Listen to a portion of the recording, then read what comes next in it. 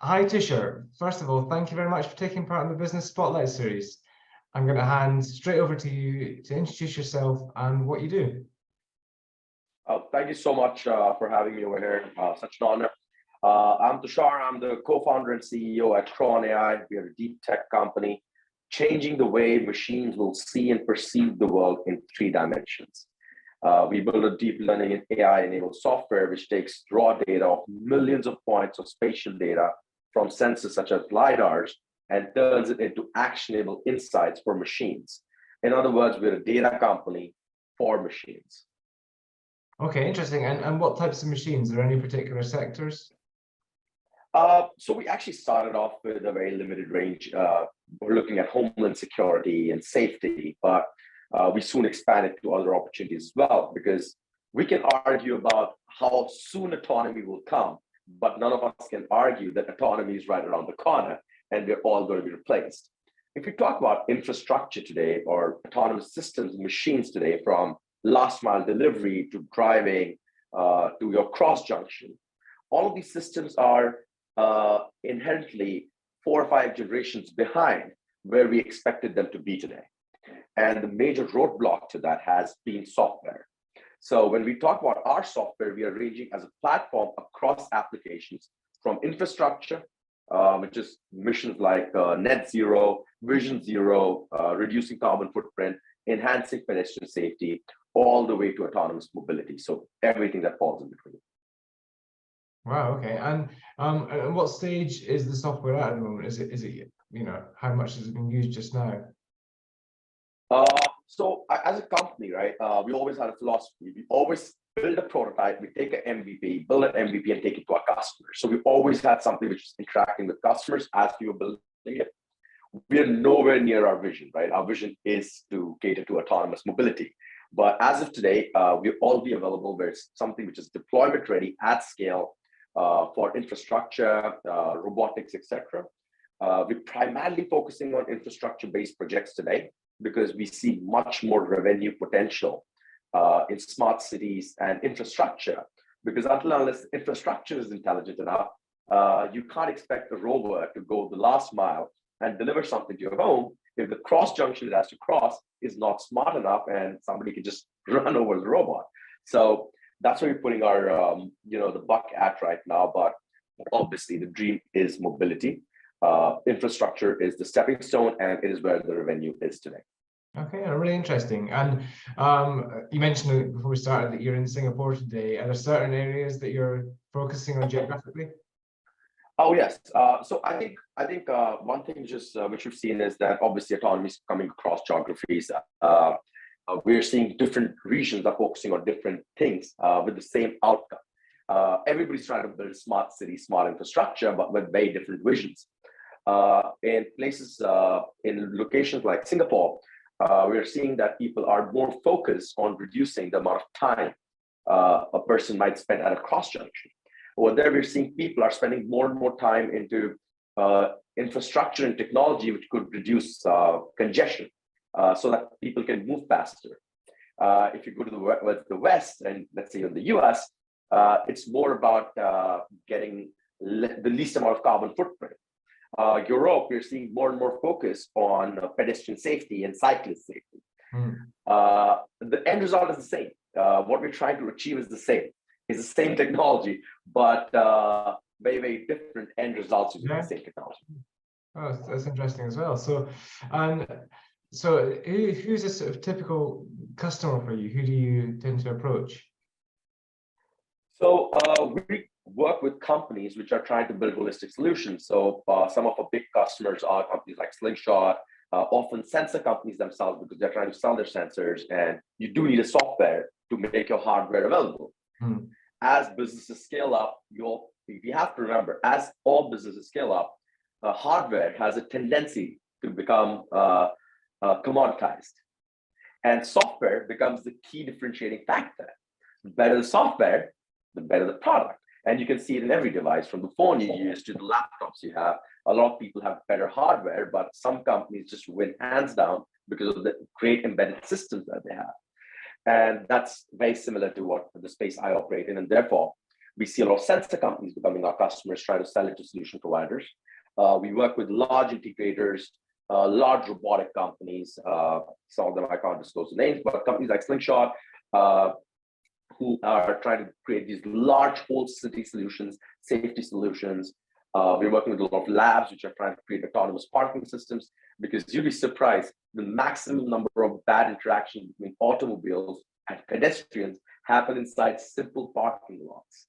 So that's another place where we see a lot of safety applications.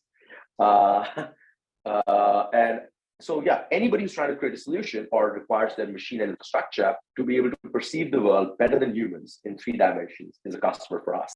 Look, obviously, it sounds like there's a lot of collaboration there, working in different locations, etc. Was there any impact of COVID on the business? I think COVID taught us all a very important, valuable lesson, right? The business I'm in, if you want to do a sale, you take a sensor, you take your edge computing device, you go to a customer location and do a demo. And that's how business rolls, right?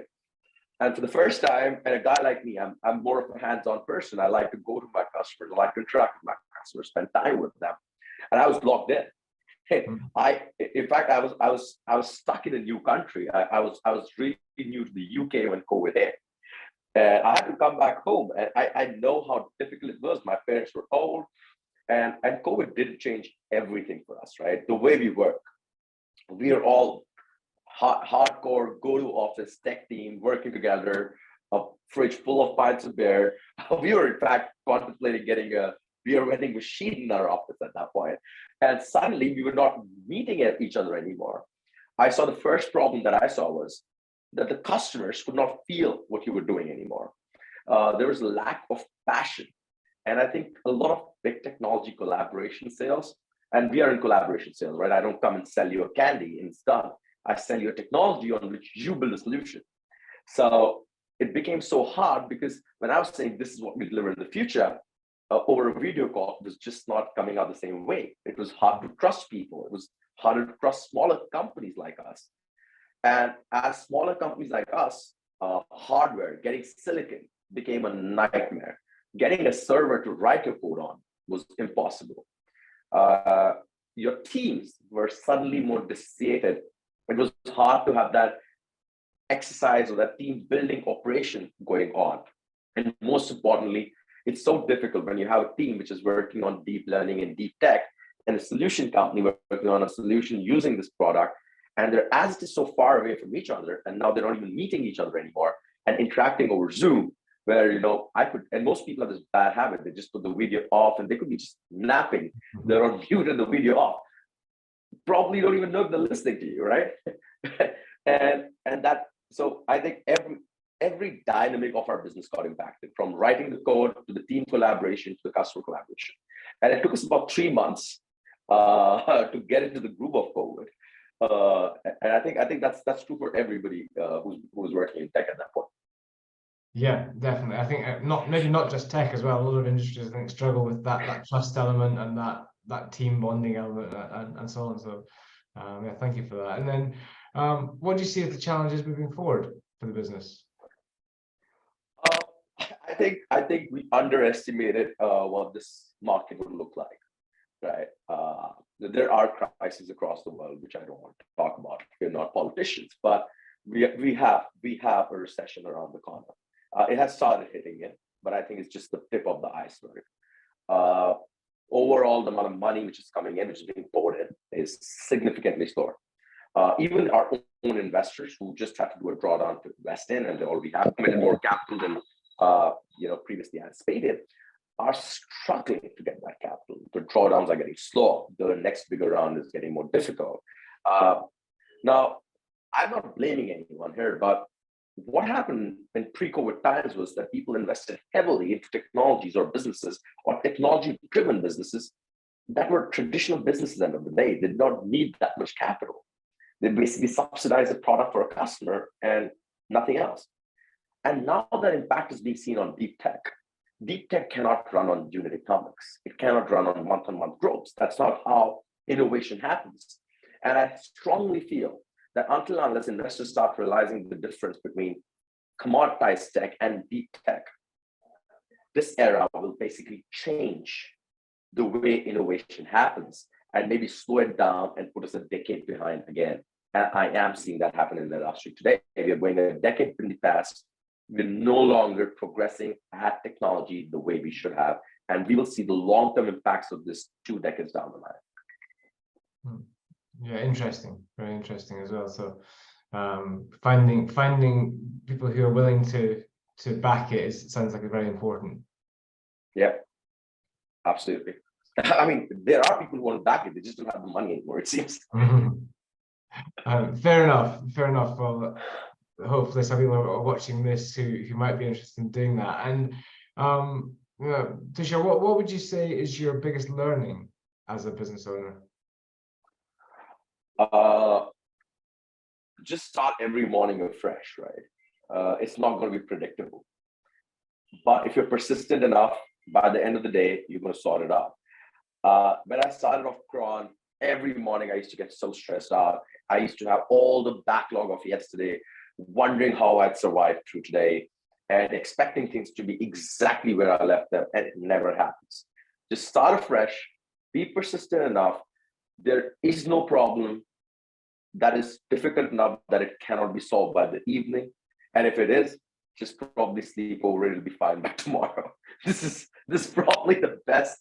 This is the best lesson one of my investors gave me, right? If you can't solve it through the day, sleep over it. Either it'll solve on its own by tomorrow, or you'll figure out something. That's good. It sounds like you're good at switching off at the end of the day and leaving it to the next day. Yeah, you've got to do that. Otherwise, you keep taking the backlog and worry of yesterday and stop working hard enough to solve the problems of tomorrow. And if you keep doing that, you're living in yesterday and not moving forward fast enough. Definitely good advice. So in terms of sort of further advice like that, what advice would you give to your 18-year-old self? That's a long list. Probably a lot of what we should not be talking about. But I think I took everything way too seriously. Contradictory to what I've seen with a lot of people, I think I was working way too hard. I was working way too hard. I was doing 3 jobs, trying to make things meet. And from there, now where I sit, I realize that if you're trying to achieve everything in a day, it's not going to happen, right? Nothing happens in a day. No success story happens in a day. I blame Facebook, LinkedIn, all of these social platforms for spreading these rumors and telling 18-year-old us that everything is going to happen in a day and everybody has had it easy. None of us have had it easy. Nobody's going to have it easy. Doesn't matter which Ivy League institute you went to, just doesn't matter. It's business, it's real life. It's going to throw trouble at you every morning, and you have to prep yourselves for it. You can't take it too seriously, and you cannot expect that because maybe Mark Zuckerberg went out of an Ivy League and built a Facebook, you would too. You'd have your own journeys. I'm sure he had his own struggles. I'm sure he had his own problems while building his brand, and you'll have your own. But we just start comparing our stories to these success stories and start looking down upon ourselves at times. We start stressing too much that we're just not doing enough. And stop respecting the fact that not all of us will have the same stories. And we have to start giving ourselves that space. And I really wish I did give my 18-year-old self that space to make those mistakes, go out there and not try to live the perfect life of all those social media success stories, and actually let build mine. Perfect. Yeah, I think very much about having that perspective there. So that's good. I can see you smiling. So it's obviously working well for you. Yeah.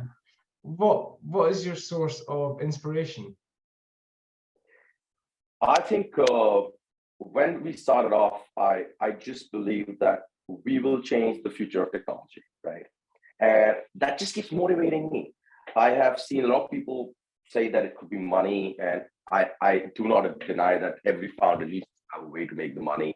I do not deny that money is critical to everything we do, but I so strongly believe that what I'm doing is so important, and what we do at Cron is so important in the way the future will turn out, that through the ups and downs, it's just impossible to be demotivated. Imagine we're building a key part of the software which would change the generations to come, and on how every machine around us would see the future. And I think that's just good enough or strong enough for us to believe in ourselves.